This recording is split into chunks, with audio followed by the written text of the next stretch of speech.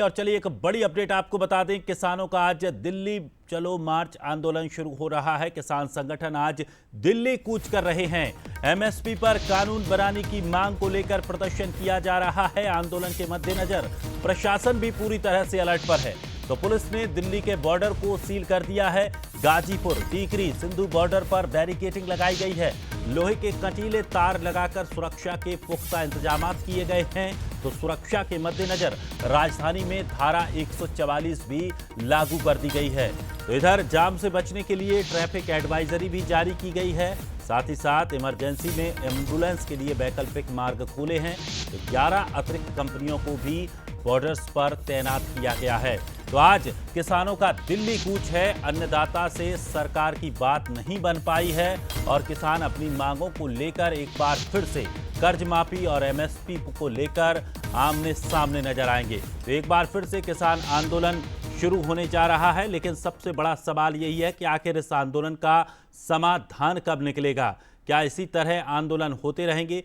क्या कोई बीच का रास्ता नहीं हो सकता जिसके जरिए बैठकर इन मुद्दों को सुलझाया जा सके? तो अब किसानों ने एक तरफ जहां मोर्चाबंदी शुरू कर दी है, तो दूसरी तरफ किसानों को रोकने की भी तैयारी सरकार की तरफ से की जा रही है। और चलिए अधिक जानकारी के लिए हमारे साथ एग्जीक्यूटिव एडिटर शैलेंद्र सिंह हमारे साथ जुड़ गए हैं। शैलेंद्र जी, किस तरह से देखा जाए, अब एक बार फिर से किसान दिल्ली कूच करने की तैयारी कर रहे हैं, एक बार फिर से आंदोलन की तैयारी में है। इस पूरे आंदोलन को किस तरह से देखा जा रहा है और क्या कुछ ऐसा समाधान नहीं निकाला जा सकता, ऐसा बीच का रास्ता नहीं निकाला जा सकता जिससे कि ये जो मुद्दे हैं उन मुद्दों पर विराम लग पाए?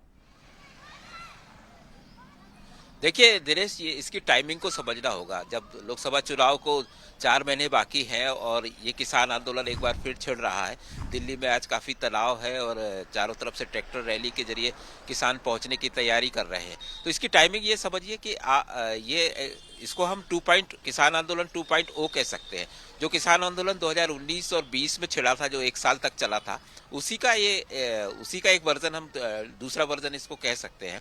इसमें मुख्य मांग एमएसपी पर गारंटी कानून है। किसानों के खिलाफ जो मुकदमे थे उनको वापस लेने की बात है। किसानों को पेंशन की बात है और सबसे बड़ी मांग है किसान जो स्वामीनाथन कमेटी है उसकी सिफारिशें लागू करने की बात है, जिसमें एमएसपी का जो फॉर्मूला तय होता है उसको वैज्ञानिक तरीके से लागू करने की बात है। कम से कम 1.5 गुना एमएसपी, लागत से 1.5 गुना एमएसपी देने की मांग है। तो ये पूरा सिनारियो अगर आप समझें तो एक तो ये टेक्निकल मुद्दे हैं जिसमें किसान अपनी मांग रख रहे हैं। दूसरा है इसकी टाइमिंग, लोकसभा चुनाव के जस्ट पहले, और आप इसको ऐसे भी समझिए कि 2 दिन पहले ही आरएलडी ने एनडीए को समर्थन देने की बात कही है।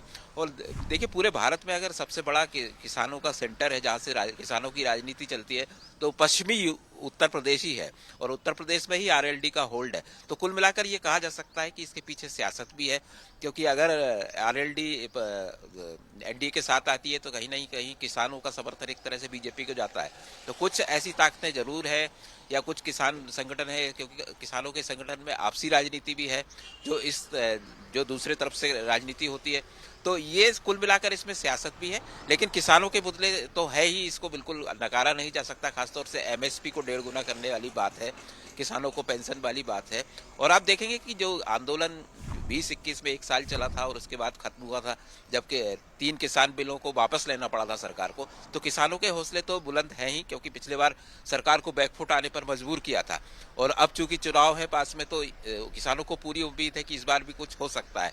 लेकिन इस बार परिस्थितियां बदली हुई है और जो किसान आंदोलन का नेतृत्व कर रहे थे वो चेहरे भी बदले हुए। इस बार टिकैत कहीं नहीं है और दूसरे कई जो नेता जो फ्रंट पर थे वो कहीं नहीं है।